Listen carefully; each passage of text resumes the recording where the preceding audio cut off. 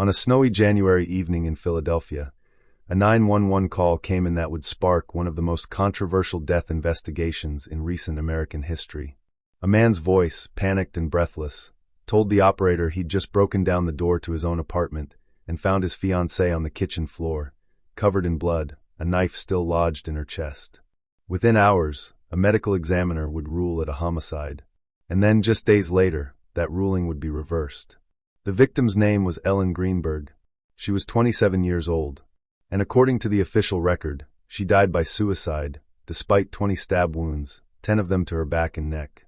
If you stay with me until the end of this video, I'll walk you through the evidence that's kept this case in courtrooms, in headlines, and in the minds of investigators and advocates for more than 14 years. And if you're new here, consider subscribing. We cover cases like this one where the official story doesn't quite add up, and we break down the forensics, the timelines, and the unanswered questions step by careful step. Ellen Ray Greenberg was born and raised in Pennsylvania. By all accounts, she was warm, dedicated, and passionate about teaching.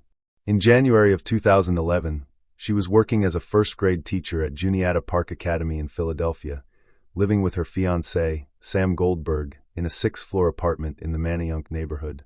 The building, known then as the Venice Lofts, sat at 4601 Flat Rock Road. The couple shared apartment number 603. Ellen and Sam had been together for years, and they were planning a wedding. Friends described Ellen as someone who lit up a room, someone who cared deeply about her students and her family. But Ellen was also struggling. According to medical records later reviewed in the case, she'd been experiencing anxiety related to her work, specifically around grading her students and the pressures of her role.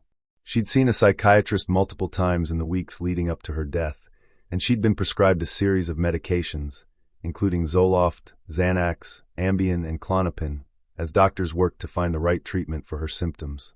That context matters, because it would later become a central pillar of the argument that Ellen took her own life. January 26, 2011 was a Wednesday. A major winter storm was moving through the Philadelphia area, a blizzard that shut down schools across the region. Ellen left work early that afternoon and headed home. Sam Goldberg later told investigators that he left their apartment around 4:45 p.m. to go to the building's gym. According to his statement, everything seemed normal when he left. He said Ellen was home, and there were no signs of distress, no argument, no tension. Goldberg worked out for roughly 45 minutes. When he returned to the 6th floor and approached their apartment, he found that he couldn't get in. The door's swing bar lock, a secondary lock that can only be engaged from the inside, was in place. He knocked. He called Ellen's phone. No answer. He tried the door again. Still locked. At 6:30 p.m., after breaking down the door, Goldberg called 911. The call was frantic. He told the operator that his fiancée was on the floor. There was blood everywhere, and he needed an ambulance immediately. Responding officers arrived within minutes. What they found would set off a firestorm of debate that continues to this day. Ellen Greenberg was lying on the kitchen floor. A 10-inch kitchen knife was still embedded in her chest. There was blood on the floor, on the counters, and on Ellen's clothing. Paramedics confirmed what was already clear: Ellen was deceased. The scene, at first glance, appeared to support what Goldberg had reported: a terrible, tragic discovery. But as investigators began to process the apartment, questions started to emerge. How many wounds were there? What was the position of the body? Was there any sign of a struggle? And perhaps most importantly, was there any sign that someone else had been in that apartment? Do you think it's possible for someone to stab themselves 20 times, including wounds to the back of their own neck? Drop your thoughts in the comments. I'm curious what you make of this so far. The following morning, January 27th, Dr. Marlon Osborne, a pathologist with the Philadelphia Medical Examiner's Office, conducted Ellen's autopsy. His initial findings were unambiguous. Ellen had sustained 20 stab wounds. The wounds were distributed across her chest, her abdomen, and critically, the back of her neck and scalp. Some of the wounds were deep, penetrating major structures including her spinal cord, her aorta, her left lung, and her liver. One wound to the back of her neck measured 8 centimeters deep. Ellen also had 11 bruises on her body, on her arms and legs. Based on the nature and location of the injuries, Dr. Osborne classified Ellen's manner of death as homicide. The ruling made sense to Ellen's parents, Josh and Sandy Greenberg, who had rushed to Philadelphia as soon as they learned of their daughter's death. They couldn't fathom any scenario in which Ellen would have, or could have, done this to herself. But the homicide ruling would not stand. Within days, after consulting with Philadelphia police detectives, Dr. Osborne changed his determination. Ellen's death was now officially a suicide. So what changed? According to later testimony, the reversal hinged on a few key pieces of information that came to light after the autopsy. First, there was the locked door. The swing bar had been engaged from the inside, and there was no evidence of forced entry until Goldberg broke the door down himself. Second, investigators reported that there were no signs of a struggle inside the apartment. No overturned furniture, no defensive wounds on Ellen's hands or arms, no indication that anyone had fought with her. Third, Goldberg's timeline appeared to check out. Surveillance footage from the building's gym, keycard swipes, phone records, and text messages all seemed to corroborate his account that he had been downstairs at the time of Ellen's death. And fourth, Ellen's psychiatric history and the medications she'd been prescribed were taken as evidence that she may have been in a state of acute distress. Taken together, these factors led investigators, and ultimately the medical examiner, to conclude that Ellen had taken her own life. But Ellen's parents didn't believe it, and they weren't alone.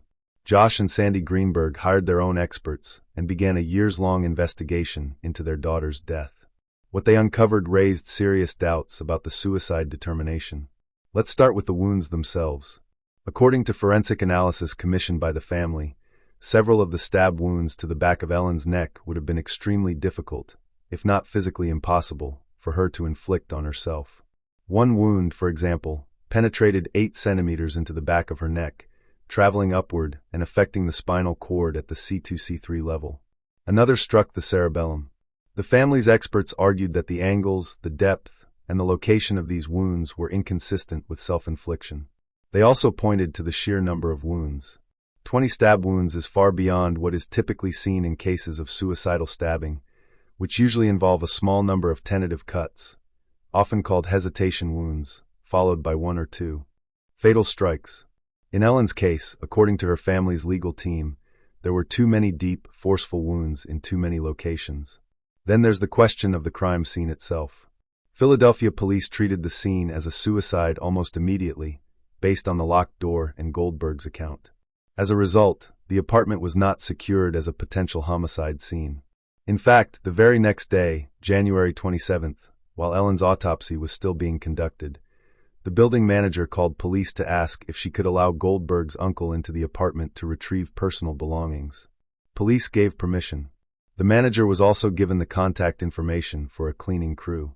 The apartment was cleaned within 24 hours of Ellen's death. That means any potential evidence, blood spatter patterns, fingerprints, trace evidence, was either never fully documented or was lost entirely. Forensic experts later hired by the family described this as a critical failure. The integrity of the scene, they argued, was compromised before a thorough investigation could even begin. Here's a question for you. If you were investigating this case, what would you want to examine first? Let me know in the comments. As the Greenbergs dug deeper, they also raised questions about Ellen's state of mind. Yes, she had been seeing a psychiatrist. Yes, she had been prescribed medication for anxiety. But her family and friends insist that Ellen showed no signs of suicidal ideation. There were no goodbye notes, no text messages, no journal entries, no prior attempts, and no statements to loved ones suggesting she was in crisis. Her parents say she was looking forward to her upcoming wedding and had been actively planning for her future.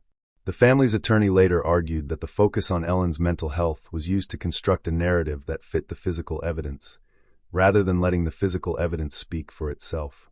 Dr. Marlon Osborne, the original pathologist, would later be deposed as part of the family's legal fight. Under oath, he acknowledged that he changed his ruling after speaking with detectives and learning about the locked door and the lack of forced entry. He admitted that the manner of death determination, the choice between homicide, suicide, accident, or undetermined, can be influenced by investigative context, not just medical findings.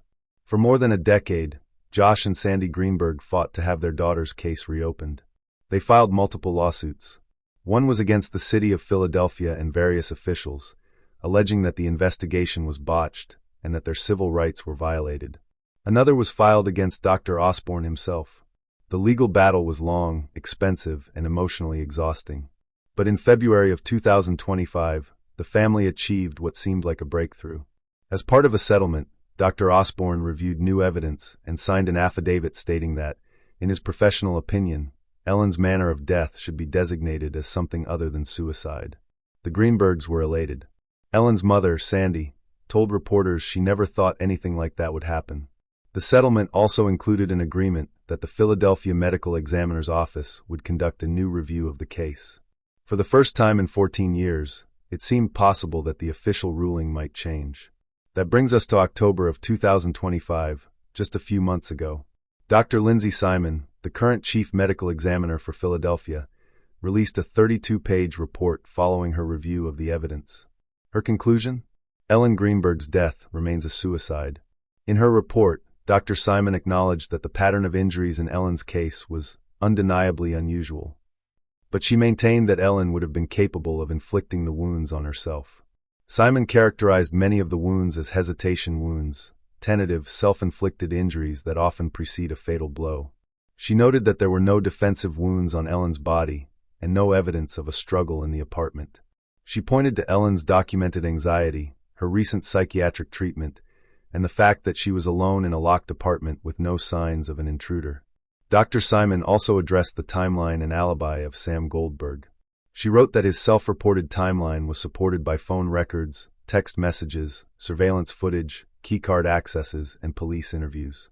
She stated that Goldberg's DNA was not found on the knife, and she concluded that there was no evidence of an abusive dynamic between Ellen and Sam. The Greenbergs and their legal team rejected the findings immediately. Their attorney, William Trask, called the report a deeply flawed attempt to justify a predetermined conclusion. He argued that Dr. Simon disregarded critical evidence, including 3D photogrammetry analysis that, according to the family's experts, demonstrates Ellen could not have inflicted all of her wounds.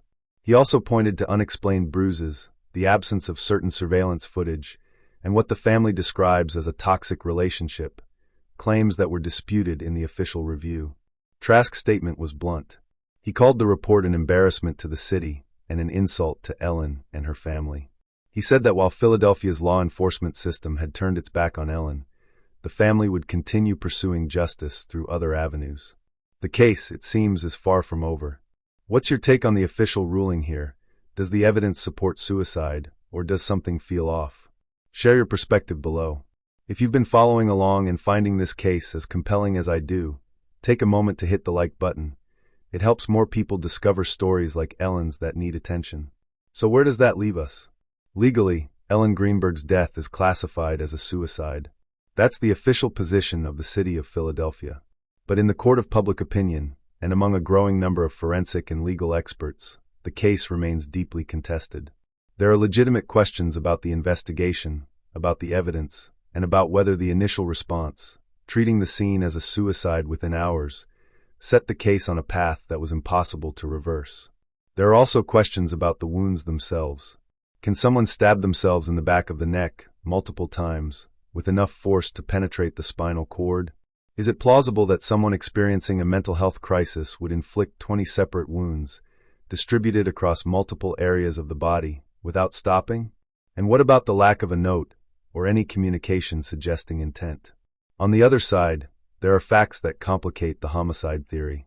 The door was locked from the inside with a swing bar, a lock that can only be engaged manually from within the apartment. There was no evidence of forced entry. Goldberg's timeline has been scrutinized extensively, and according to multiple reviews, it holds up. There's no forensic evidence placing anyone else in that apartment at the time of Ellen's death. No unknown DNA, no footprints, no fingerprints, no witnesses. And Ellen's psychiatric treatment, while not proof of suicidal intent, does establish that she was under significant stress in the weeks before her death. For investigators and medical examiners who maintain the suicide ruling, these factors are difficult to reconcile with a murder scenario. How would someone have entered the apartment, stabbed Ellen 20 times, and left, without leaving a trace, and while the door remained locked from the inside? These are the questions that have kept this case alive for 14 years. In September of 2025, the case received renewed national attention when Hulu released a documentary titled Death in Apartment 603, What Happened to Ellen Greenberg. The series presented the case to a wider audience, exploring the forensic evidence, the legal battles, and the emotional toll on Ellen's family. Since then, online petitions calling for further investigation have gathered more than 167,000 signatures. The case has been covered by major outlets including CNN, ABC, People, and countless true crime platforms. Public interest remains high, and the debate continues. Some believe the evidence overwhelmingly points to homicide. Others believe the locked room scenario and lack of an intruder makes suicide the only logical conclusion. And still others believe the manner of death should be classified as undetermined, acknowledging that we may never know with certainty what happened in apartment 603 on that snowy night in January. Ellen's parents have made it clear they will not stop fighting. In interviews, they've said their goal is simple: the truth. They want an accurate determination of how their daughter died. They want accountability for what they believe was a flawed investigation. And they want Ellen's name cleared of the implication that she took her own life. For Josh and Sandy Greenberg, this is not about legal technicalities or jurisdictional disputes. It's about their daughter's memory and about justice. As of December 2025, the case remains officially closed, with Ellen's death classified as suicide. But the Greenbergs have indicated they are exploring other legal avenues and pushing for federal review. Whether that will happen, and whether it will lead to a different conclusion, remains to be seen. There are lessons in this case that extend beyond Ellen's story. One is the critical importance of preserving a death scene until the manner of death is firmly established. In Ellen's case, the decision to treat the apartment as a suicide scene within hours and to allow it to be cleaned the next day may have eliminated evidence that could have answered lingering questions. Another lesson is the complexity of locked room mysteries. These cases are rare, but they do occur, and they challenge investigators to think beyond the obvious. Was the lock engaged by the victim, or by someone else who then exited through another means? Were there duplicate keys? Was there a way to manipulate the lock from outside? These are questions that require thorough investigation, and in Ellen's case, some argue those questions were never fully explored. A third lesson is the weight that investigative context can place on medical determinations. Manner of death rulings are not made in a vacuum. They incorporate scene investigation, witness statements, and behavioral history. That's appropriate, but it also means that if the initial investigation is incomplete or biased, the medical ruling may be as well. Ellen Greenberg was 27 years old when she died. She was a teacher, a daughter, a fiancée, and a friend. Her life mattered, and the circumstances of her death matter, not just to her family, but to everyone who believes that death investigations should be thorough, transparent, and driven by evidence rather than assumption. Whether Ellen's death was a tragedy of mental illness, a failure of the system, or something else entirely, she deserves a full accounting. Her family deserves answers.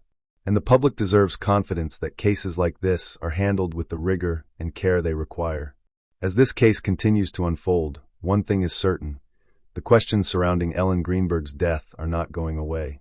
If you made it this far, thank you for staying with me through this difficult and complicated story. If you want to see more deep dives into cases where the official story leaves room for doubt, make sure you're subscribed. And if this case moved you or made you think, consider checking out another video on the channel about similar unsolved or contested cases. There's always more to explore. Ellen's story doesn't have a neat ending yet, but it's a story that needed to be told, and I'm grateful you were here to listen.